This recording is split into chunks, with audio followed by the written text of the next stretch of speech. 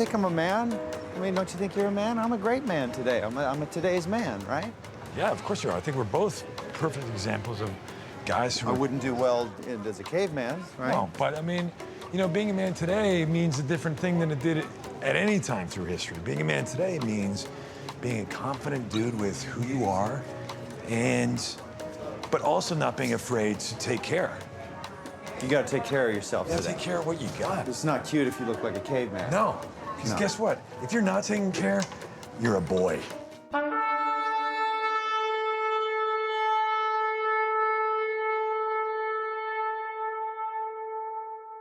I don't think men have ever been relaxed about their appearance, but I think that society has been very rigid about the role of men. Those rules have been lifted.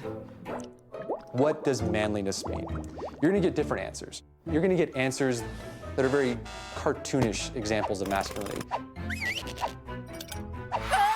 I would be maybe the worst guy in the world to ask that question to. We don't have barbers, we don't have bartenders, we don't have anything. I like my chick jobs and my dude jobs. Chicks flying planes, dudes working at the salon. What the hell's going on? We've never had this in history. People will definitely judge you by the way you look. Hair has always signified power. You know who had a great beard? George Bernard Shaw. If they only knew how foolish they looked. I think we're becoming more preoccupied with our looks. Real men don't hang out with models, and they don't tweet. All this crazy grooming, it ain't healthy and it ain't right. Back, sack, and crack. All right. Are women turning men into Barbies? Well, I think a lot of women today want men to man up. When it comes to grooming, fashion, body image sorts of issues, men retreat toward those types of body images that further differentiate women from men. The mustache. If you create a persona, then that's what you have to stick with, because no one is going to recognize you, or no one's going to want to see you as the other thing. Mustaches. You know, a big feature of the 70s, probably should have stayed there. It's been a part of my life for 35 years now. I think facial hair is very sexy, or not. I feel like it's something that men can do that women don't do. Mustaches on men, I usually think of perverts, quite honestly. I love it. I love facial hair. I think it's really exciting. It's a really exciting way to prove that you're an adult. Handlebars on a man make them look like a douchebag. The origin of the mustache came, I was doing a show for MTV a few years ago called I Bet You Will. I Bet You Will coming at you. We got more money to give away right now. And who wants to take some home? I'll give you another $100 to suck down that other pint of clam juice. 20 seconds on your marks. Get set, go. We all pooled our money and decided to see who could grow the best porn star mustache. And so after 6 to 8 weeks, we kind of all came back to the first day of shooting with our porn star mustaches, and I had this, you know, fantastic handlebar horseshoe representation, and lost to a guy who had a much better cop/plumber coming to fix your pipes kind of mustache. Well, once I grew it out, it was one of those where I kept it through the whole season of shooting as we were shooting the show. And when we were done shooting, I was like, I kind of like it. I'm gonna embrace my inner porn star and ride it out. I think a lot of people, when they think mustache, they think kind of skeevy child molester or pedophile, right? And I think, you know, if you want to grow a mustache, doesn't necessarily mean you're a deviant. You know, a guy with a mustache needs to be a guy that has a cigarette dangling out of his mouth and working in a factory. I don't like a guy with a mustache that's walking around Williamsburg with his listen to clap your hands, say yeah. And then certain guys just look like an idiot. I look like an idiot. I look like I'm playing an undercover cop in a sketch comedy when I try to grow a mustache. Many people look ridiculous in mustaches. You've always worn one, Will, and I would tell you if I thought you looked ridiculous, and you can tell me, because this does look ridiculous. No, I think it works. But I think early, when I had no money to promote what I was doing, nobody knew who I was, I came up with a look because it was a way to sell it. It gets me jobs. It does. It's just part of it. I would shave it one day, two ways. One, if I was ever going to commit a crime and go underground, which I might. Yeah. Because if I shaved it off and wore a baseball cap and this old wig I have that Stephen Dorff wore in Cecil B. Demented and has bangs, and I put it on, and it really, I look like a pervert, way more. And then I also thought my final appearance, like if I really wanted to give the audience what they deserve, my last shred of sanity, I would have a nervous breakdown on stage and shave off my mustache and eat it. And that was how I would retire then.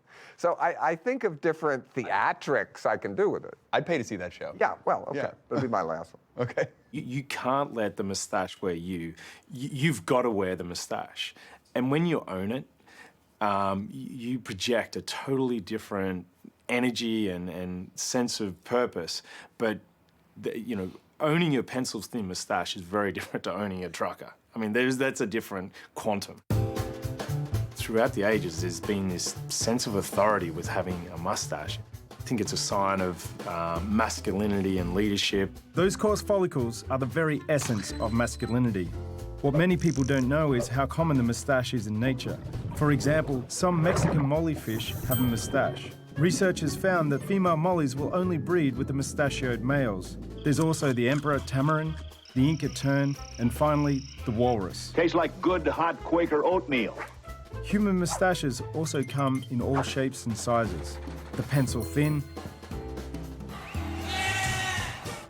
the chevron, the Salvador Dali, the Fu Manchu, you've got your handlebar, and perhaps even more daring, the petite handlebar, and of course, the toothbrush. Deep down and secretly, every guy wants to know what he looks like with a mustache. And, you know, too often, you know, people will grow out a beard, and as they're shaving it down, they'll shave it into different styles of mustache just to check it out for that moment in the mirror. Morgan and I were workshopping ideas around how he could tangibly get involved in Movember. He couldn't shave on the 1st of November, and he's had this iconic moustache for 8 years. So we came up with the concept of reverse Movember, where he puts a bounty on his moustache in terms of the amount he's going to raise, and if he hits that, he's going to shave down on the 1st of December. So I just want to get a little of the length taken off of the hair because I'm getting a little poofy. Okay. Just take a little bit out. So Eli, what do you think of this mustache? You think it's all right? Yeah. You think mustaches are good on fellas? It's a good thing for mustaches? Yeah, very good. How's it gonna look when I shave it off? If you shave it off? Yeah. No, I don't think so. It's good for you. You don't think it's gonna look good? Not good for you. You think I should keep it too? That's 2 votes. two votes from 2 barbers. How was that? It was great, man. Awesome. Although Eli told me I shouldn't shave off my mustache. I mean, it fits you. You know, it fits you. You know. It looks good. Thank you. Have a good day. You're welcome. See you.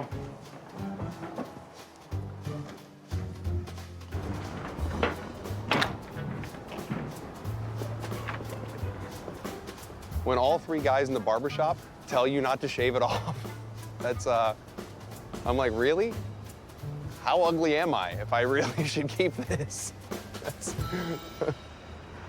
With Morgan, I feel like it's more, he exudes a sort of a particular kind of energy that sort of transcends anything he could do with his hair or or his face. I like it when anybody keeps something like that's that kind of specific longer than you think they're going to.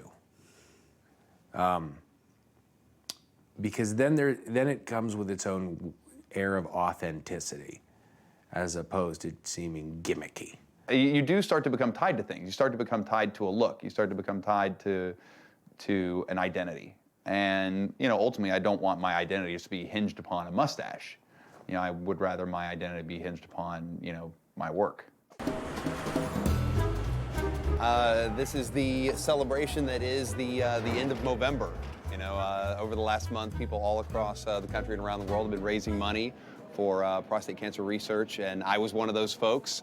What if I raised money to get people to actually let me shave off this mustache that I literally have not had off my face in about 8 years?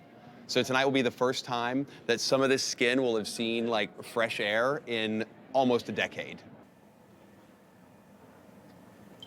Here we go, you ready?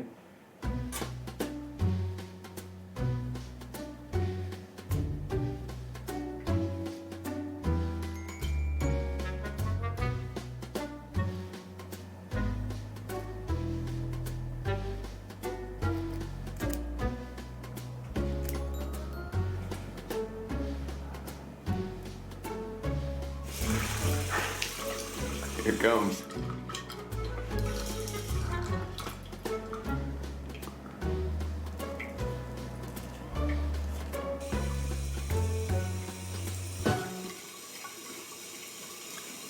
Oh, feels so weird washing my face with no mustache on. I do look 10 years younger, but I'm 10 years younger with a giant forehead and receding hairline.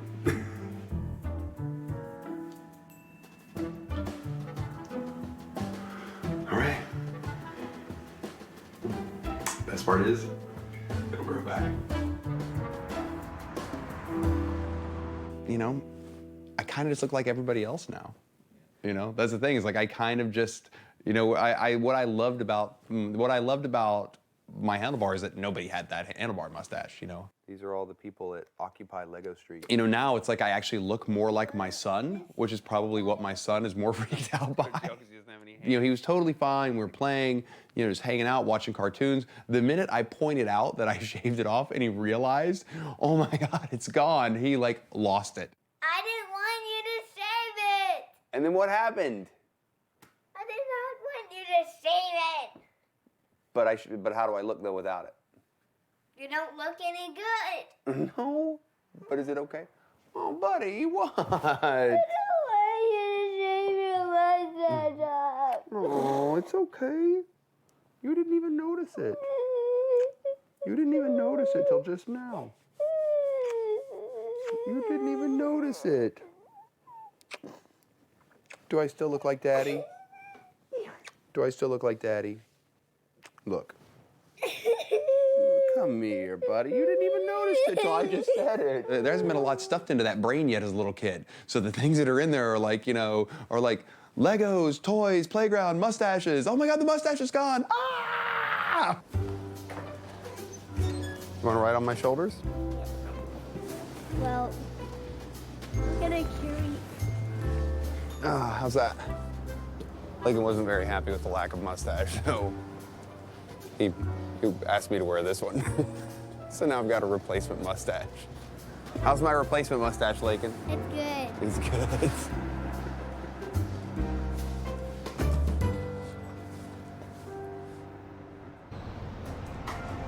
Will, let me ask you a question. Mustaches are cool for dudes, but have you ever dated a gal that's got a little action up top? You know what? I actually dated a gal who was from the continent, from Europe. And she was, I'm not gonna say she was mustachioed, but... Or mustached. Or it would be mustachioed. Wait, really? Yeah. But she had hair on her upper lip a little bit, and she had this bleaching... Strategy. Great, bleaching strategy, which was a cream. That was her strategy. It was applied with a stick. It looked like a tongue depressor. So she let you watch this? No, I forget how I found out about it, but she also did her forearms, which I thought was very strange. She probably had to fight a couple of dudes to date her, right? I'll tell you what. She was a very sexy lady. She was half Spanish and half French. Half Wookiee too, it sounds like. Yeah, well, she had hair under her arms. I mean, she was French. I think I mentioned that. You ever get a look at her back? I never did. I felt it once. People often ask me about my beard and like, you know, why do you have a beard? And I always say, would you ask Adrian Brody why he has a giant nose? It doesn't make any sense, but I do say that. I think facial hair in general is person to person. A girl said that she preferred the beard. Who said that? Many women told me they preferred the beard. I'm definitely a full beard girl. I think beards are a lot of upkeep, but if you look good with a beard, it's a really good look for some people. I think facial hair is something that is a slippery slope with people. Sometimes the beard explodes in like a wrathful, huge bushiness. I will say that I have been unwillingly kissed by a man who had a beard, and that was a little bit unpleasant, more so for the beard than for the kiss.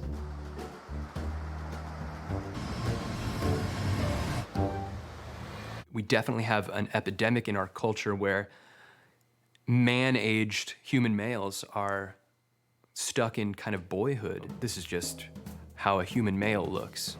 You know, I don't fit into like the traditional like, oh, he's got a, you know, job and a nice car and, you know, clean shaven. What's this? Pretty good beards to see in Walnut Creek. What's going on? It's something I don't know about. Most impressive. Oh, thank you. Really, really. How you doing? This is a Swedish contingency right here. Yeah? Absolutely, yeah. Have you thought about competing? Competitive facial hair, or as I might need to start calling it, beard building, is a sport insofar as bodybuilding is a sport, in that you work for a long time on sculpting and building and nurturing something, and then the actual sporting event is you showing it. Obviously, some beardsmen's training is a little less athletic than others, but it's still a sport nonetheless. The way to get the best beard is to be in the best health. My first law of facial hair, healthy man, healthy beard. I wake up in the morning and, you know, I think about dietary decisions, and I think about what am I doing to my body, what's going in, and, you know, am I stressed out, these sort of things. It just so happens that the residue of a healthy lifestyle can be good hair on the head or on the face. Training is almost like a meditation, and if you get serious about something, you put in the time, and you know, you see the results over time. He's a slave to his beard. So therefore, I think it's defeating. If your beard controls you, then you're in trouble. People often ask, you know, why is my head hair different than my facial hair? And like, this is my boy hair that I was born with, and this is my man hair when I became a man. And this is a tool that I can express man. I mean, it's just pure man. People have associations, historical associations, and personal associations to the beard. So they look at a face, and they either think Santa or they think Satan. And you, as the bearded man, have no idea how you're being read. All of men's facial expression evolved for signaling. There's all kinds of other animals who do not have beards because that wasn't linked with courtship and with winning. I don't think it's helping having a beard down to your waist. It may be, I don't know. I'm sure there's some job that calls for that, but me personally, it's not something I would do. I think you're controlled by your look, you know, as far as you let it be, you know, as far as what you do, and what you do is sometimes about your line of work. It's not all about your work, it's who you are. Oh, that sounded good. It did. Got it down. Somebody write me. So this is my makeshift trophy case, and I'd like to show you a few of my trophies. Over my beard career, I have amassed 2 first-place world titles, 1 third-place world title, 6 best in shows, some first places in divisions that I've done. Probably my most prized one. This is my first place natural full beard from the 2007 World Beard and Mustache Championships. It allowed me to write my book. It allowed me to think about going pro, and it also solidified me as like a world-class beardsman, and that this is what I was going to be doing. Beardsman, beard, and sportsman put together. My experience, my beard, like I said, you know, I've been slacking, but I'm tightening up my game, and I think I know I still have it. The next couple months, the goal is to go to beard competitions and win, and to do well, to rack things up, to kind of go and prosper and promote the competitions, and of course myself. I think beard and mustache competitions are, for lack of a better word, pretty gay. Like, I mean, that's something I don't know. It's something I'm definitely not interested in, and I think it's probably just a huge waste of time. I don't like it. I don't like it. I don't like any form of visual competition, because you know, I always thought I was like a goofy, non-physical person as a kid, so I kind of went in my head a little bit. So I see nothing different between bearding and the Sports Illustrated swimsuit issue. I know for a fact it's not a real sport, and I would never ever be considered a professional athlete in any category, any way. Not even, you know, bowling. Okay, are we moving on to the full beard, or are we doing? We're going full beard, ladies and gentlemen. We're going full beard right now. This is the big one. Sometimes I'll go to a competition though, and you know, it's this like local yokel thing, Some kind of drum roll music or something. and I'll clearly have the best beard, and they'll give it to somebody because Americans are so hard up about the underdog. Okay, here we go. And that just makes beard competitions look stupid. The bloodline is safe. I successfully defended my title.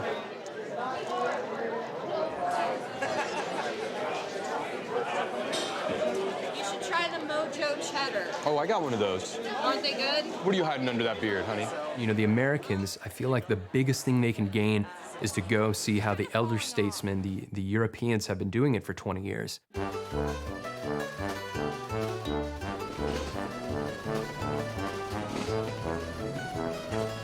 I'm in Leogang, Austria for the European Beard and Mustache Championships. This is it. This is what I live for. This is me in my element. Drinking coffee in a small suburban shopping mecca, that's not me. That's just, you know, taking a little break in between world conquest and exciting travel. And coming to the Alps, this is stuff some people will never see in their life. It's the setting that every fairy tale ever took place in. And to come see it and see that it's real, it's almost as if those fairy tales are real. And it's not that the fairy tales are real, it's just that they could be real. Yeah, of course. How you doing? Do people You something guys- like that here? Oh, yeah. Yeah? Then they get, Do you want to touch you? yeah, and you know, and it's like if I just ran up to you and grabbed your breasts, you'd be, Oh, perfect. you'd be offended, wouldn't you? Does it look like a Viking? No! Get violent.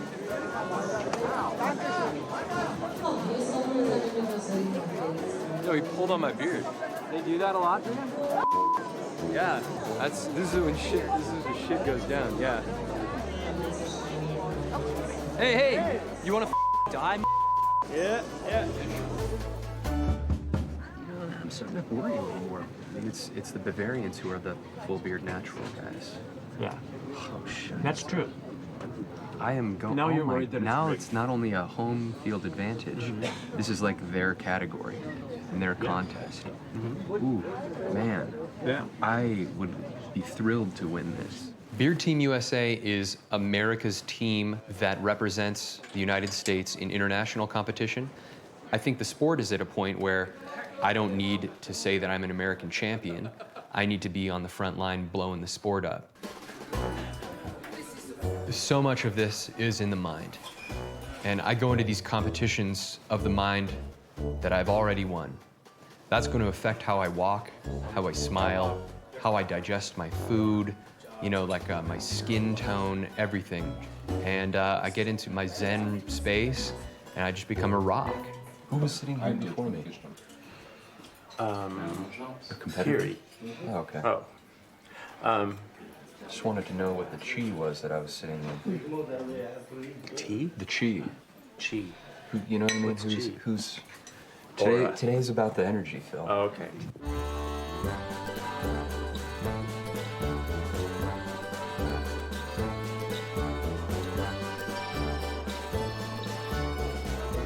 I put on some weight. I wasn't able to tighten it up before I came, and you know, the shoulders are pulling a lot, and the sleeve length has now been affected by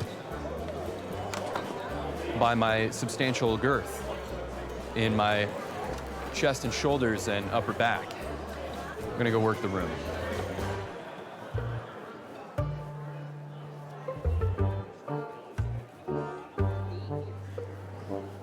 I saw the book. Yeah. Where you made there? Yeah. It's doing very well in America. Yeah. I need to translate it to German. Oh, yeah, here.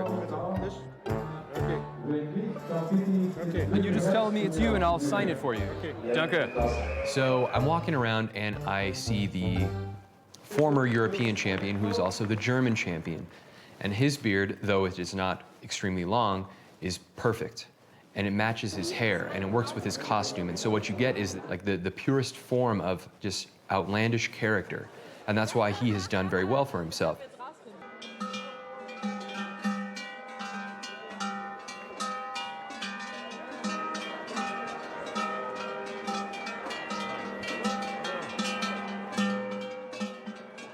Zunächst haben wir die Startnummer 8, Gerhard Schmidbauer.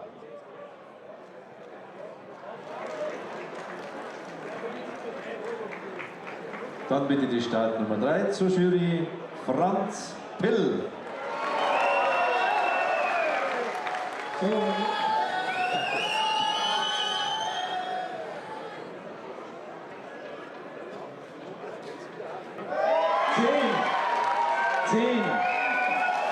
die 10. Dann haben wir die Startnummer 13, Jack Passion.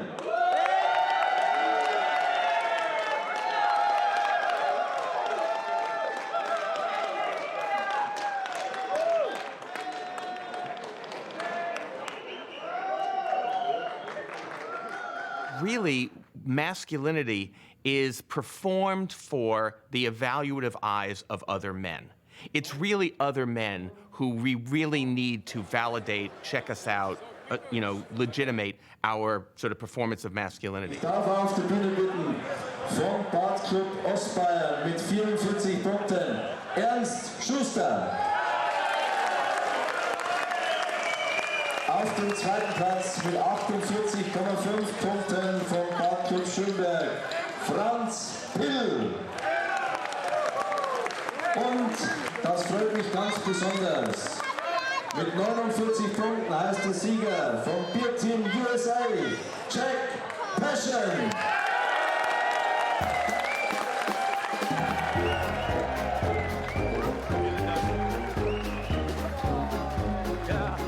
Hell yeah, I won. Nailed it. In some ways, it's just another win. It's just another trophy. But at the same time, it's a very significant win because this marks the first time that an American has been a European champion. You know what Schopenhauer says, in the spirit of our trip here, Schopenhauer would say that life is a pendulum that swings between suffering and boredom. And I'd rather be bored winning beard competitions than continue to suffer as a boring, normal man. The man who will be the master of ceremonies this afternoon. You've seen him on Good Morning America. Here he is, ladies and gentlemen, Mr. Jack Passion. I'm not worried about any other beards now. I just want to continue to push myself.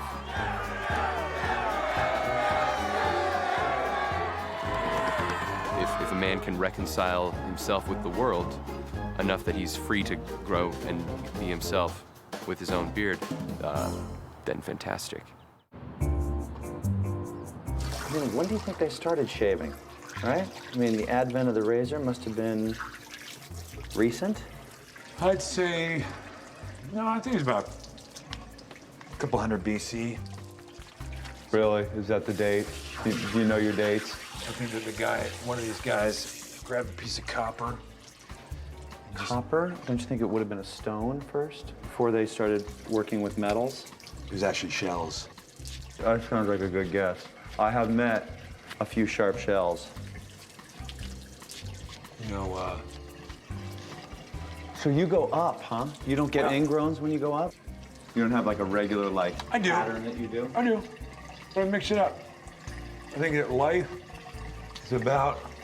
Don't put me to sleep right now. I thought you were like, hey, why don't you give me your Tips on shaving? Tips No, on I'm all life. set, thank you. No. I've hit 42 all by myself, thanks. That's not true. You had a lot of people pulling for you, Jason. I sure did, didn't I? Yeah. And I was one of those people for a while. Like, what do you think works best with my face? Because this has been Oh, not like, doing well for me. A hood would be good, or like a balaclava would be great for your face. With big sunglasses. Look at that. Maybe just a trim. Fantastic. All right, let's get to the next step. Okay. Of course, all men were furry, but there's some evidence that even 100,000 BC, men were using clamshells to pluck out hair. and later on flint to scratch it off. Men have always been interested in looking good. I mean, you'll see men in Africa who put clay in their hair. It takes them 20 hours to get that hairdo absolutely right. You'll see people with all kinds of filed teeth and scarification and very fancy beads and feathers and necklaces. Around the world, men have been decorating themselves. I think what's happening now in the United States is men are finally allowed to decorate themselves. PAL Premium rides through whiskers on a film of liquid ball bearings to take friction out of shaving. When shaving products were introduced, manufacturers went out of their way to make them sound very masculine, not feminine, it's never a moisturizer, it has to be an aftershave. Brute by Fabergé. After the game, after anything. Conaway, the men's cologne from France. For men who aren't kids anymore. And before, there was just a few products. Maybe you had deodorants, and you had a few aftershaves or shaving gels, and that was it. There's no question that all manner of grooming and self-improvement and body modification is on the rise among men. So they're shaving oils, they're beard washes. There's companies that are making products, moisturizers for men. How did you find this moisturizer? I found it a bit too watery, I have to say. Grooming products, hair coloring, all kinds of products like that are showing dramatic growth. What is the fashion-forward man wearing this fall? Pantyhose. What? So that is sort of the birth of these products, which become a billion-dollar industry. So I think some men like it, but I think some men are just like, this is overwhelming. Don't want anything to do with this. Yeah, shower gel. That's another one of those things. What the is the difference between shower gel and shampoo? Like, you think your pubes know the difference between a shot of shampoo and a shot of shower gel, or your underarms do? Like, we have to have two separate products. They're essentially the same products if they smell just a little bit different. I mean, how dumb are we buying all this shit? Axe body spray. It's like, whatever, you know what? Give me something with some meat on its bones like aqua velva. What the fuck does that mean? Aqua velva. Skin bracer. You hear the word skin bracer, and that goes with it. It's like, oh, it stings. So you know it's working. Yeah, you don't have that anymore. I'm gonna get a welt on my face.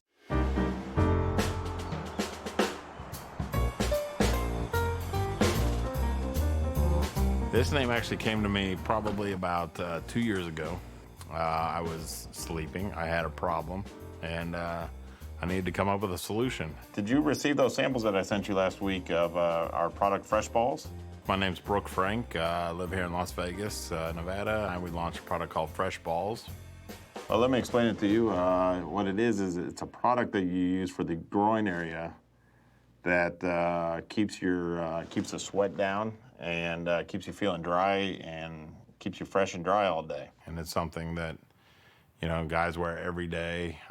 Literally, they brush their teeth, they put their Fresh Balls on. It's just part of getting ready for the day. Before Fresh Balls, they were using powders, talcum powder, which talc is carcinogenic, so it's one thing that I've made sure to keep out of my product. But the problem with powders is it clumps up. So once you start sweating, it's like taking flour and baking. It just turns into clumps. And I don't know, I don't like clumps in my pants. I mean, that's just a whole nother problem that you've started. Men's grooming has the craziest things. I think that there's no more secrets. There's no more secrets that men are doing things that are from anal waxing. Why? Like, why does a man need to wax his anus? My dad always smelled like, when he would tuck me in at night, he smelled like garlic and diesel fuel. And it really smelled really beautiful to me. His hands would just smell like that because of his job. He sold diesel-covered garlic. Yes, I have been the main product tester. We've gone through probably 50 to 75 samples just to get to the one that we like. Some of them cause some irritation, some burning, so it's been a rough ride. We are trying to quadruple our business. The first year we sold 30,000 tubes and not really knowing where to market to after the first year. We feel like we know how to market, where to market, who our demographic is, and we believe that we'll be in the retail chains within the next year also. We're testing out my product. It's called Fresh Balls. David, you've used it before, so you know quite a bit about it, but these guys that have never tried it before. So what I want them to do is go in, try it on, see what they think about it, you know, look at the residue, smell it a little bit, you know, try it, you know, a couple minutes, see how you like it, and then come back in and give me your feedback. All right? Oh, smell it. Tell me what you think. There's a light scent to it. Yeah, I mean, it's not overpowering. Yeah, very. All right, we're going right in there. All right? Have fun.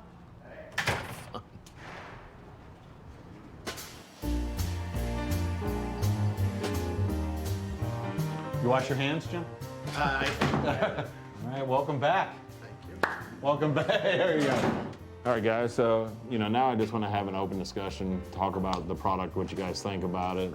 A little bit squirted out, and then it was instantly drying.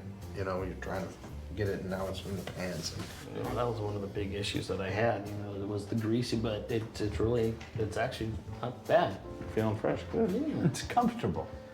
It's cleared up my bat wings. Bat wings is when essentially your scrotum sticks to your legs and looks like a bat wing.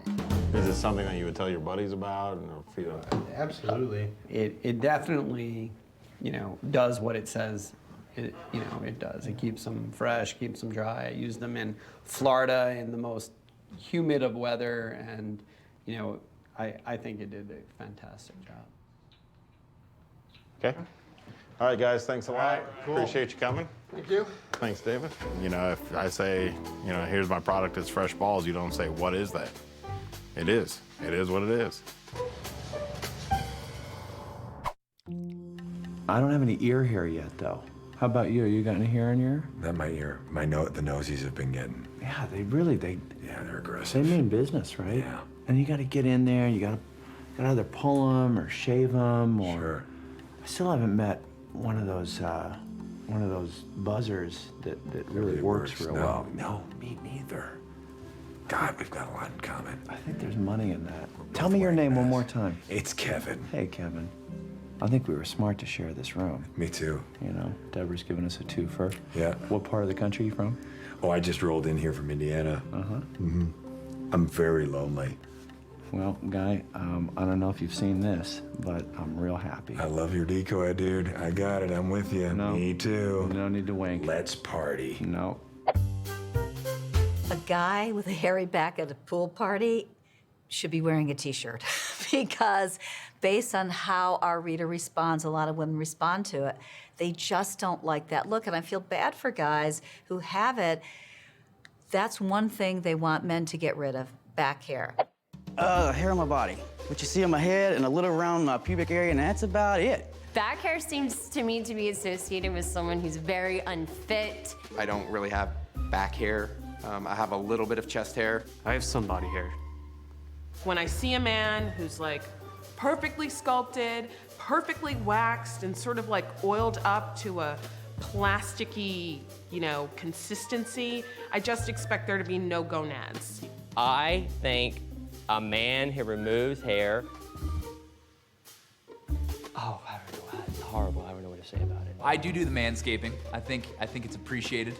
I have 2 waxers, one for eyebrows and one for everything else. To be honest, I don't even think I've ever even been with anyone with back hair. I am letting it grow like a wild bushfire. It's like a genetic prank that God plays on people. You know, I know a lot of guys suffer from it. It's just one of those things you have to deal with, really. My name is Sean Navari. I'm 26 years old. I'm originally from Minneapolis, Minnesota, but now I live in Houston, Texas. And I've been a professional wrestler for the last 10 years. My character in the ring is, you know, obviously the foreign bad guy. You know.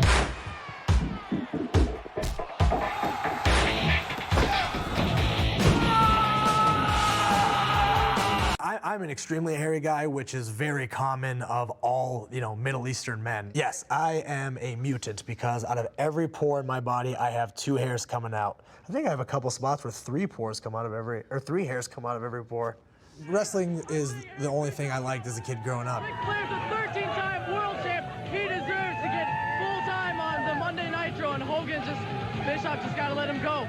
Any 5-year-old kid that watches wrestling on TV, it's like watching real-life Power Rangers. It's comic books come to life, and I couldn't become a superhero, so a pro wrestler is the next best thing. And I liked all the wrestlers that were in shape and had muscles, and were shaved and were tan, and they had very colorful characters. They were great talkers. They were good in-ring performers, like Shawn Michaels. I liked a wrestler like Steve Austin, like The Rock, like Hulk Hogan, and I felt if I'm gonna be a successful wrestler, I might as well try and model myself and make myself look like the wrestler that I would have bought a ticket to see when I was a fan watching as a kid.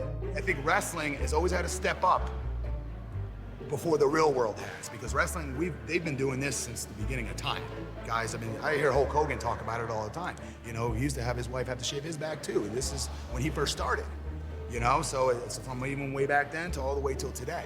I thought I was vain and had to spend a lot of time on looking the way I do, and I think the guys put me to shame.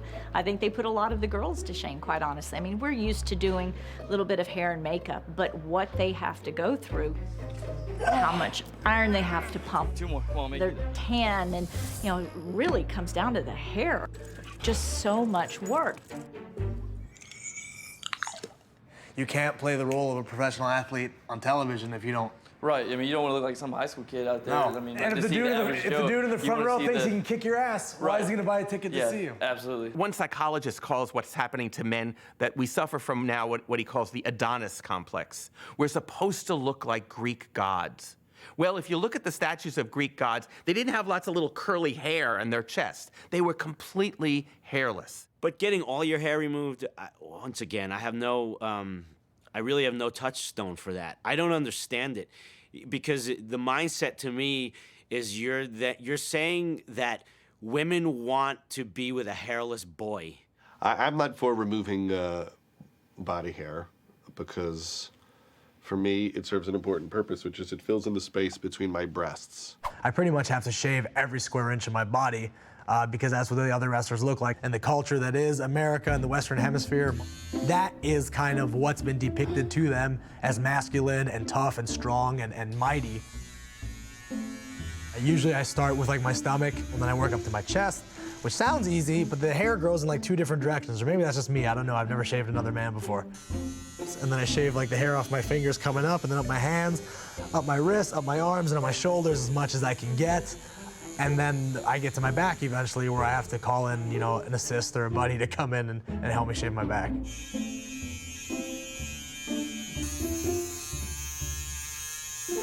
Do I see your butt? No, like, the butt is like the shelf. That's the butt shelf. I'm disgusted with myself. That was actually one of the better performances I've ever had. See? Gives somewhat of the illusion of being in a little bit better shape than I actually am. I'm in Orlando for TNA Wrestling. What's up, Slick? They have me come down. They're gonna take a look at me, see if gears start spinning for a potential new project. With wardrobe, with character, with crowd reaction. I'm sure they're playing around the truck with camera shots. We're trying to test out this new character. So now we have to get out of my comfort zone, and me and him have to construct not how, I guess in TNA, how Sheik Abdul-Bashir wrestles, but how Shawn Daivari wrestles in TNA. We've never seen that. So me and Pat have to put our brains together and construct this new guy. So these are like the trunks I use when I do the Arab stuff. When I'm not, don't want the Arab heat, I'm just regular pro wrestler, which I'm thinking maybe for tonight, these are more like a science fiction military That's cool. type gimmick. Those boots? Yep. Wristbands? Yep. Okay, so we know what you can do as being the antagonist. Yeah. So the thought process is, let's get you out of your comfort zone. Sure. What can you do? What can you deliver as far as being a fan favorite? Right. What can you do? Let's see what you can do. Can you get the people to love you? Yeah. Put your working boots on. Okay. And try to, give us not unnecessary action, but establish the boundaries. Sure. And then go. Time, You know what I'm saying? what are you thinking? I'm thinking 6. You want to open with 6? Yeah. 6 with minutes. entrances, 4 in the Yep. ring. Yep. Okay. If you don't get them there, you're not going to get them there. Yeah. So. And then come right in. Yeah. Yeah. Cool. All right. Thanks, Got it. Double J. Got it. And Thanks, I'll bro. hook up with you in a couple minutes. Yep. All right. Cool. Good. Good.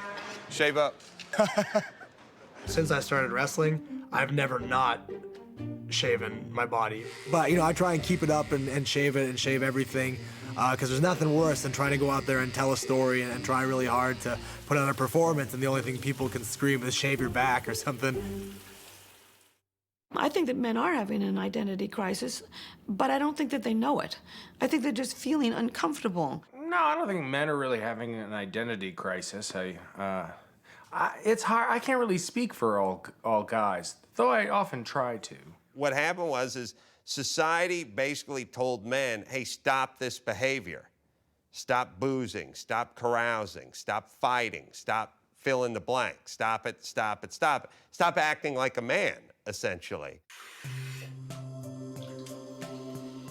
What do you think makes a man? What makes a man? What makes a man? I would say what makes a man, what constitutes manning up is taking responsibility for yourself.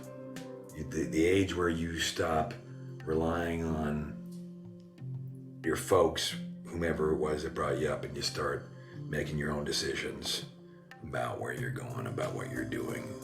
What do you think makes a man? I wish I had your manly voice. I'd skip a few people in the line. Oh, come on, Jason. No, you're going lower there, No, I'm not. We're not doing truck ads. Got it. I think you've said it pretty well, taking care of adult stuff. Guys like you and me, let's face it, we goofed around for a number of years. Well, I don't know if you were probably playing a lot of grab ass and stuff. I went ahead. I started working pretty young. Yeah, but you were all banged up on goofballs in those times, were you not? Goofballs, you're talking about booze and some narcotics. Sure. Okay. That's fair, but listen, see, you guys gotta relax after work. But it's interesting when you said a guy, you didn't say a man. That's my point. That's my point. I used to go to old-time barbers, and there's a couple of good things. There's a few things. They got the razor, and they got the strop. The strap. I thought it was called a strap. It's called a strop. I'm not making this up. It's a strap that's called a strop. It's confusing, but, And when they get the hot foam dispenser, and they do the back of your neck, you can hear it on the back. It feels awesome. To say that somebody's like a barber is to say that somebody's like a stewardess. It's an antiquated term almost. There's nothing wrong with it, but flight attendant or hairstylist, it's all part of that kind of watered down George Carlin language thing, right? A barber.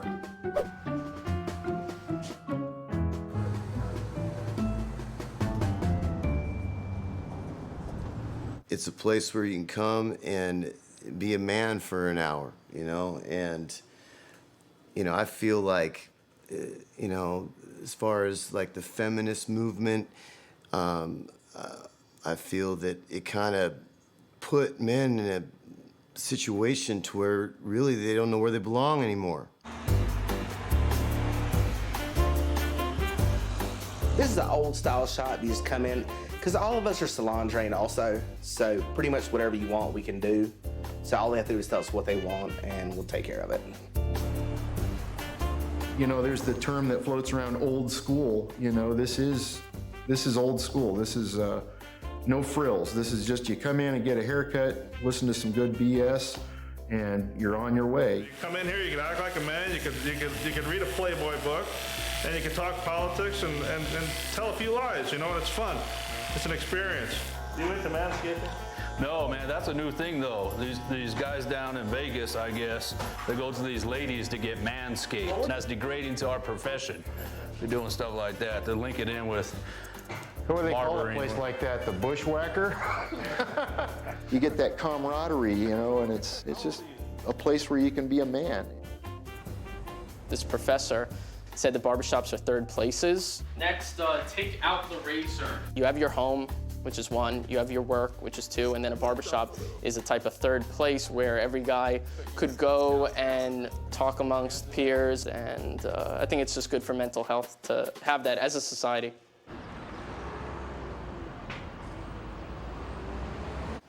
That's good. That's a good cut. You like it, right? No doubt. We really become part of the extended family. We watch, I've cut guys who've gone from, teenagehood to college to get married to bringing their first child in to get a haircut. Although it's a place where a lot of men go, women have actually come up to me and say, I bring my son to this shop to be around men. You want to bring this down. Because they may not be around their father. So you just grow with them. You're invited to baby showers and weddings and, this is my barber. Some people even refer to me like, this is one of my best friends. I go sit in a chair, and I allow myself to be pampered. I sit in the salon chair, and I put my head back, and I let somebody shave me. My face, my head, everything. And it's like a mini vacation. In D.C., there's a barber, one of the most famous barbers shops, and a lot of politicians go there. They burn your hair off that's the haircut, is they burn it. Yeah, I only know this because, what's that asshole's name? Pat Buchanan? He goes there. I've heard him talk about it before. Every guy's haircut is based on one haircut. It's just a box. You put a box on someone's head and then taper the box in or round the box off. So it's all recycled. Most popular styles, the high and tight, with the slick back part, low and tight with a pump. All the old 40s, 50s cuts were well known for doing them. Most of the time when we consult for a haircut, for example, we like to know a little bit more than the hair. We like to know who they are, how do they live, what do they do, what designer they like to wear if they do so, are they jeans person, suit person, just to make sure we have a great harmony. Cost of things, usually a basic haircut usually runs around $14. Anything else added to that's gonna run you a little bit more. Like if you get your beard trimmed about $19. If I do a hot leather shave, we don't do them much anymore, but if I do, it's usually about $10 extra. We are $12 for a haircut. Hold on 1 second, my foot's totally asleep. And I got a bullet wound too.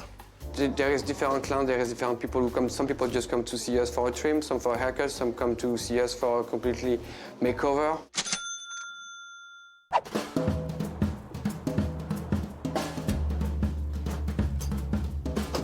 Good morning. Gila, Valentina, how's everything today?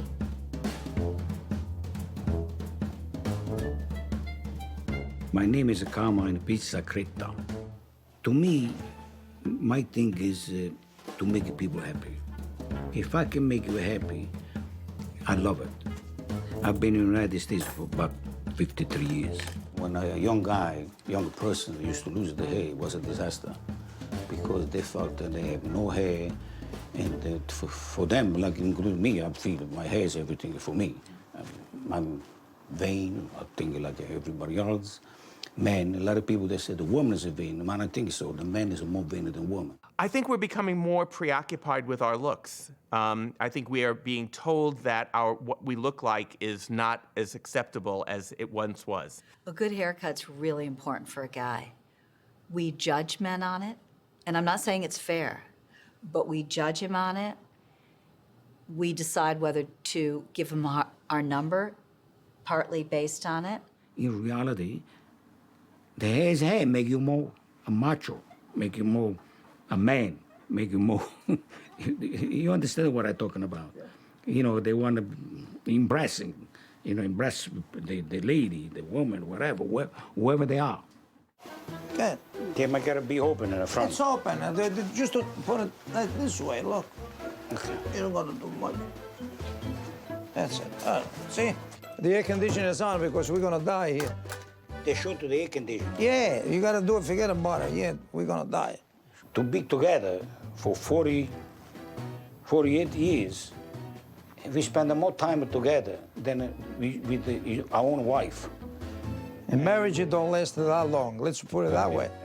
And if everybody is like this, like us, Believe me, the world is in different shape. And we've been a combar since, how old is your kid now? My son is at 30 years old. 30 years ago. 30 years ago. It was almost at the same time when we opened the shop here. Yeah. Okay, we cannot use a stock piece like this. You know, looks great, looks beautiful, look like the hair growing. Okay, they're gorgeous, beautiful. Some of the people, the head is too big, too small, and we can't use this thing. We gotta make it custom made. And you see different sides. You can see how big is it, how small, different shape. In this business, you gotta be everything. You gotta be a designer, you gotta be a tailor, you gotta be you name it.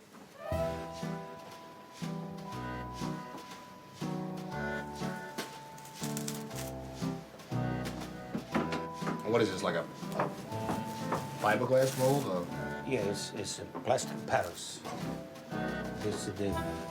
We're doing this because doing this come perfection.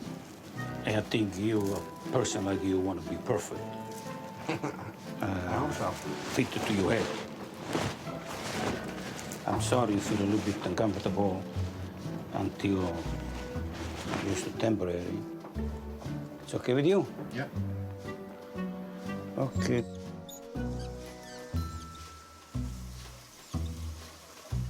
The water gotta be warm. You can make 2 coats of it, plastic Paris. We say it's gonna be hard. Okay, then you finish dry good. Robert, I'll see you in 15 minutes. Okay. Okay? Okay. You want a coffee, you want a magazine to read, a newspaper? I'm okay. Okay.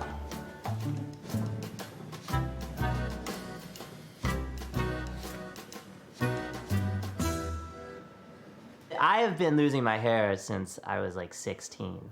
I mean, I've been like, it was like devastating back then because I was really into my hair.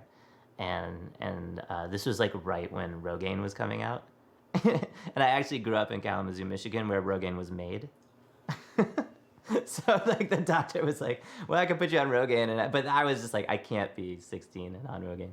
So I decided just to like take my chances at that point.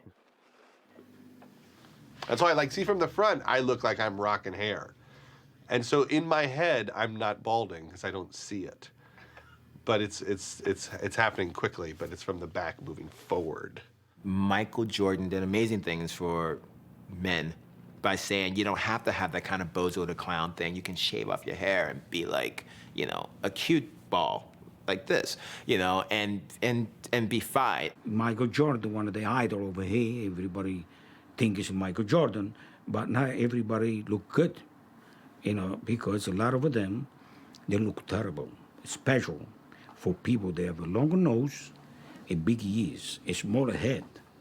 You look ridiculous. And when they tell us say we look cool, I don't think they look that good.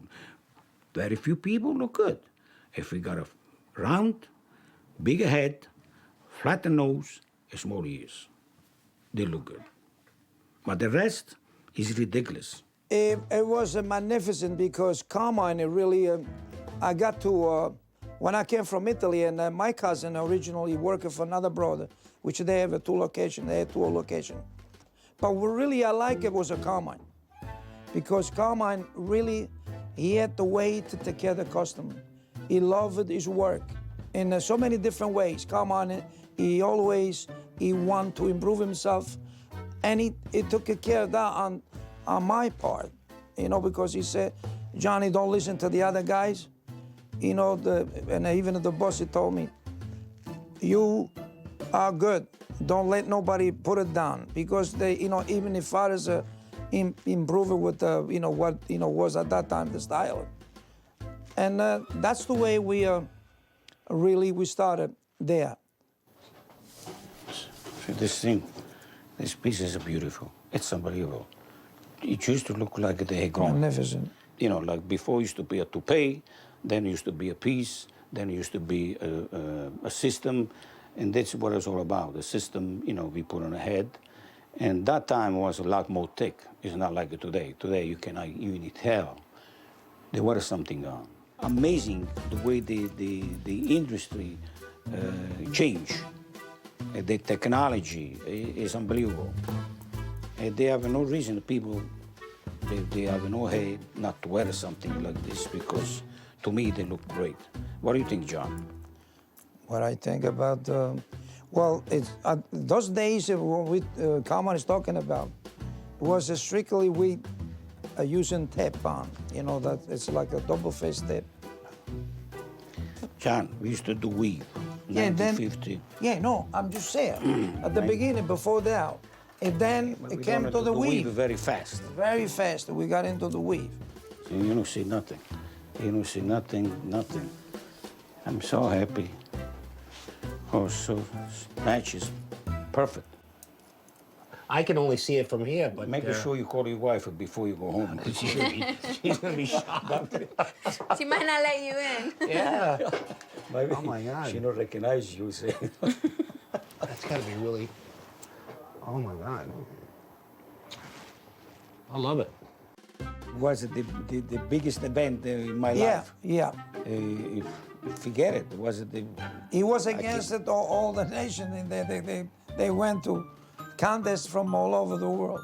And when they called him, oh my God, he was all the way up. I don't know, he flew it, but we jumped over it.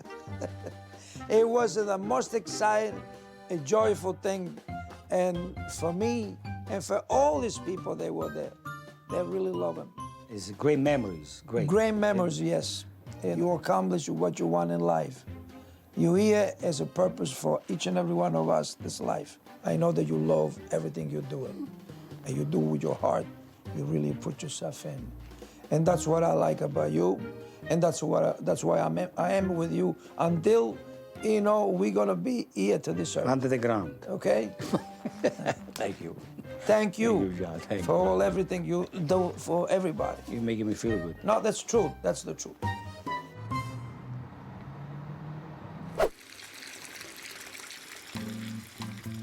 I think that, you know, women want, first of all, they want their man to be happy. And oh my God, this is the kind of thing that allows me to do what I do. Coming and getting a good rub down. I think if you take care of number one, then you're able to be a better partner. A real man is accountable, and he owns it, and he deals with consequences. And he is able to be comfortable no matter what his situation is. He's like, hey, I'm comfortable with that. Right. You know, that's actually, thank you. You're tired of that? It was actually weirdly a little uncomfortable at that moment. You want to try a little chopping, Rebecca? Because I'm a little bit more of a man. I can handle that. Well, that's nice. That's nice. You take it, I'm a man. Oh, I can take it too. Go ahead, Vanity, do it again. I'm good. Come back, I can take it. Look at that. Oh, look at that. All you got, Vanity. Open her up. Oh, yeah. Look at that. Going to town. Nothing. My face, nothing. Harder, Rebecca. Don't hold back, Vanity. Did you get up there and walk on? Oh, yeah. Here we go. Yeah, sure. There it is. Don't you get up on that table. I can get up. Don't you get up on that table. Don't get up on that table? You want to see her sure? walk on your back? No, I don't. I'm not going to walk on your back. Oh, she's gonna go ahead and mount me so she can get more leverage because I here can we take go. a little bit more. Look at that. There it is. I got the man's massage today. Do you? Yeah. Because from where I'm sitting, you're a bottom. I think you try to look good to meet a woman, or you try to look good so the woman doesn't run away. But the looking good for yourself, I find up. A tremendous amount of my identity is broadcast through my look. I don't think that you can tell anything about people's characters from the way that they look. Image is everything. I think a successful man could be defined in 100 different ways.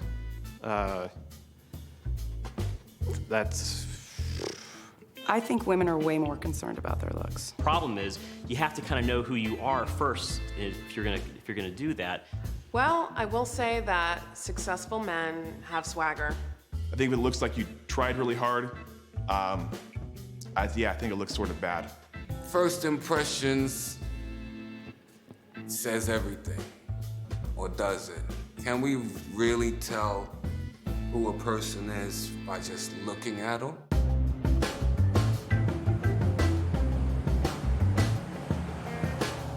My personality, my confidence is derived from my looks. When I feel like I look great, I feel fearless. We all know that it works for women, so why not work for men? So this is what I used to look like as a teenager, and this was a difficult time in my life. When we moved into the area that we lived, we were the only Sikh family. So I was the only guy in school that, one, had a turban, that most people didn't even know what religion I was. They'd never seen it before. And two, I talked like this. So it was like, hello, how are you? So it wasn't a fun experience by any means. I had my turban till I was about, I would say the age of 16. Can I put gel in your hair? Out of fear of disappointing my parents, I cut my hair gradually. He used to wear white patka, we call it, small turban kind of a thing. And people used to call him Whitehead in school. You know, when you get into your teenage years, you kind of start to think about, okay, we want to do what other kids do. And I think we were all going through the same thing, at the same time. I mean, I went and cut my hair. My sister went and cut her hair. Rick was the last one. And I remember I went to the mall and I had my braid and he said, what kind of haircut you want?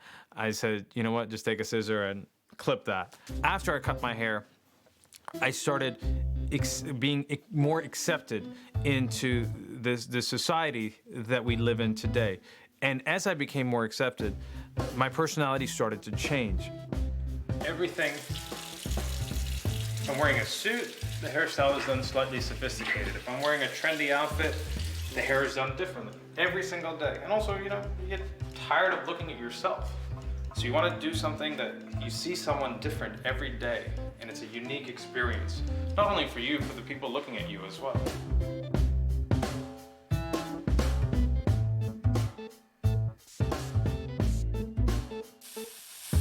I personally think I look masculine. What one person defines as masculinity is not what someone else may define as masculinity. I like doing masculine things, I like sports, I like everything that a normal guy likes, except that I just like grooming. I like going to the salon, I like taking care of myself. So for me, that's also very masculine. I definitely think men are becoming more vain, and you can attribute that to a lot of reasons. Men's magazines are playing up on the insecurities of men, much like women's magazines have done for so many years, about their body image, the way they look. If you're not fit, you don't have the six-pack abs, you don't have good skin, you're not gonna be lucky with the ladies. So you have to do these things. Men's Health magazine treats men the way women's magazines treat female readers, which is to say, get washboard abs, lose 10 pounds, dump that girlfriend, change your look, how to be better. And men flock to it. If I was to say, from a scale to 1 to 10, how do I feel or how do I think I look? I would say about a 6. I don't know, 1 to 10? It depends. I think I try not to look in the mirror that often. I've stopped doing that a long time ago, which is vain within itself. But to certain people, I probably am a 1. And then to other people's, I'm a strong 2. And then I don't think I've gone past 2.5. Too bad. Beauty is not something that ends. It's a constant evolution. I wanted to get a manicure today. It's a lifelong thing that we always try to improve everything else in life. So why not ourselves? Why not the outer experience? Everyone has a hobby. My looks have become my hobby. I look to improve. I look to see what I can do better. I'm always researching new products or always asking people questions. Am I a metrosexual? Absolutely. Without a doubt. If you open up a dictionary and see metrosexual, you will see my picture like this. I think the word metrosexual has not caught on. I think it was created to be politically correct, so you could say you were really into how you looked and make it very clear that you were not gay. So it's kind of an offensive term in some way, and I don't hear anyone using it. It's actually probably, it would be lame to talk about yourself in that way. I've never heard anyone say, I'm metrosexual. Okay, a metrosexual is a man who thinks way too much about every little detail of his precious little being. He has this idea that his eyebrows need to be just so, they needs to be plucked and shaved everywhere. Hi, how are you? We're not supposed to look like we spend any appreciable time or energy on our appearance. We have to have that kind of casual, unaffected look. On the other hand, we have to be perfect. More and more guys have begun to groom. And women have a mixed reaction. There's some types of grooming that they're okay with and even want. And there's some where it crosses a line. And I think that's what's hard for guys to know sometimes. What is the line? See that? Okay. I just want to take like maybe 3 or 4 hairs out right there, right here. Just right here to give it a little bit more of an arch. Same thing right here. See these hairs growing in right here? It felt like more than 4 hairs. Yeah? Perfect. Let's talk about the emotion of what happens to you when you don't see yourself as just about perfect. You look in the mirror, you see the difference between what you should look like and what you do look like. In that space is anxiety. In that space is, how can I make myself look like I'm supposed to look? It's all about how you feel. It's all about how things make you feel. I mean, I think there's like a little bit of torture to being a metrosexual man. Think about it. To keep that up, whatever you got going, you've got to spend a long time in the mirror every single day just loving you some you. That's why I hate these guys. They're narcissists. So the reason I stare in the mirror is not because of confidence, it's because of an insecurity. I need reassurance that I do not look like what I did when I grew up, because inside I still feel like that person.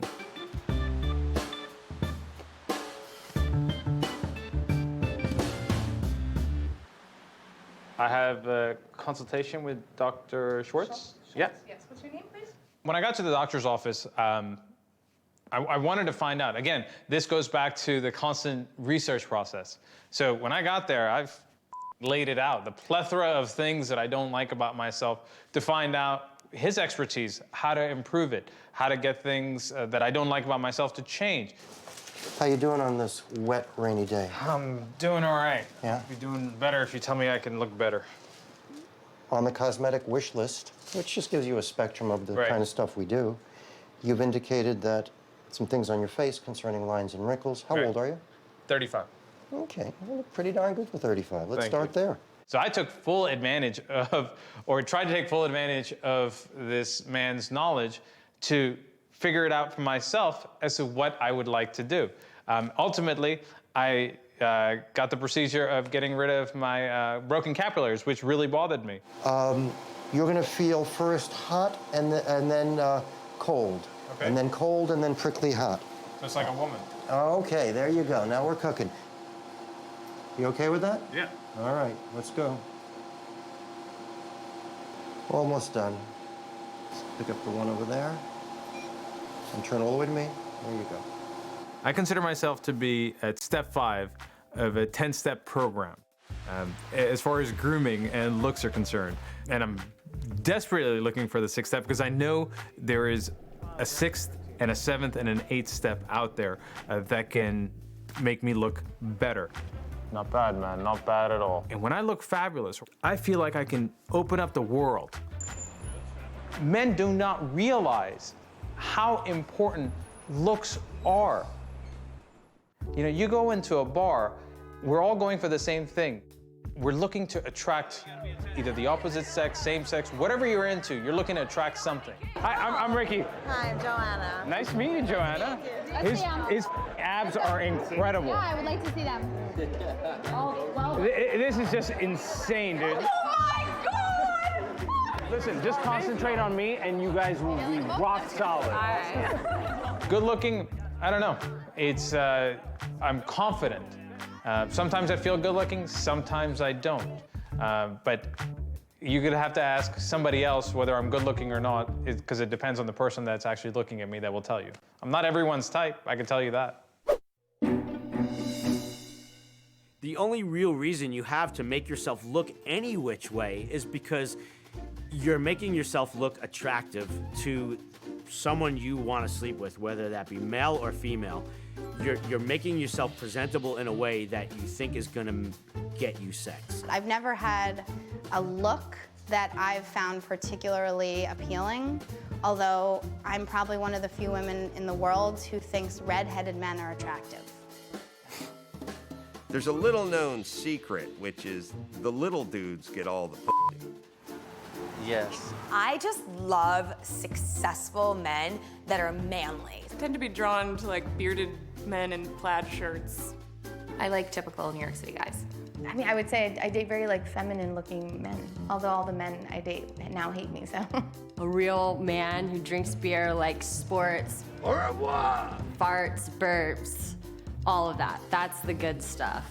The long hair, like kind of a messy ponytail is pretty hot. I like men with tattoos. I think that it's very attractive. Everybody wants to be sexy, and sexy means what?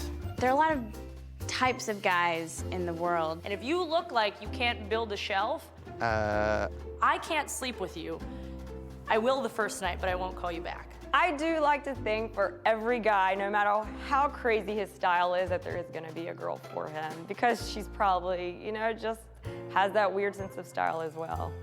Men love women, and for good biological reasons. I mean, if you fall in love with somebody and have 4 children, you live on, and your friend who doesn't fall in love and has no children dies out. So the game of love matters. Grooming is about courtship because for millions of years, courtship was essential to your survival. I don't know. I mean, you feel like a man, right? You feel like a better man? I feel like a relaxed, better man. Yes. Because you're clean. Yeah, because I'm clean and I took care. You know, I gotta polish my wife's prize. You know? Right. Well, that's just it, right? Part of a man's job is to procreate, and who wants to procreate with a dirty man? Right. So if you want to keep yourself like a grubby slob, you're fighting nature, dude. And nature always wins, except for against robots. But robots don't have to take care of themselves. My point is, zombies will take you down. Zombies are also not taking care of themselves. But us, you and me, we have the option to do that, and we did it. And you feel good, right? I feel clean. I feel ready to smell great. I feel ready to procreate.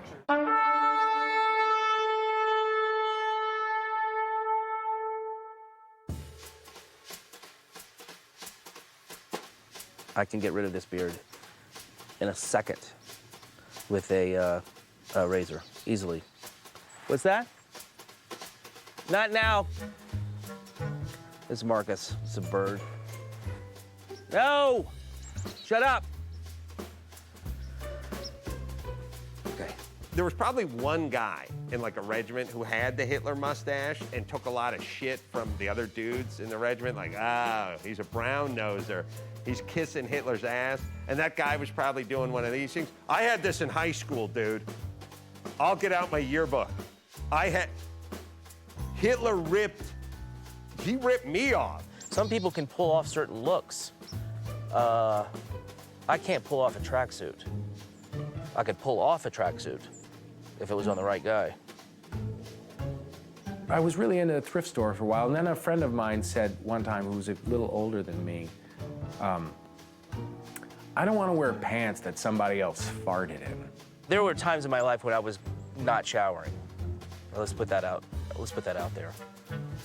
There were times I'm just not into it, but now twice a day sometimes. I'd love for you guys to watch me shower if that's part of the documentary that you would. I mean, wasn't that the agreement we made?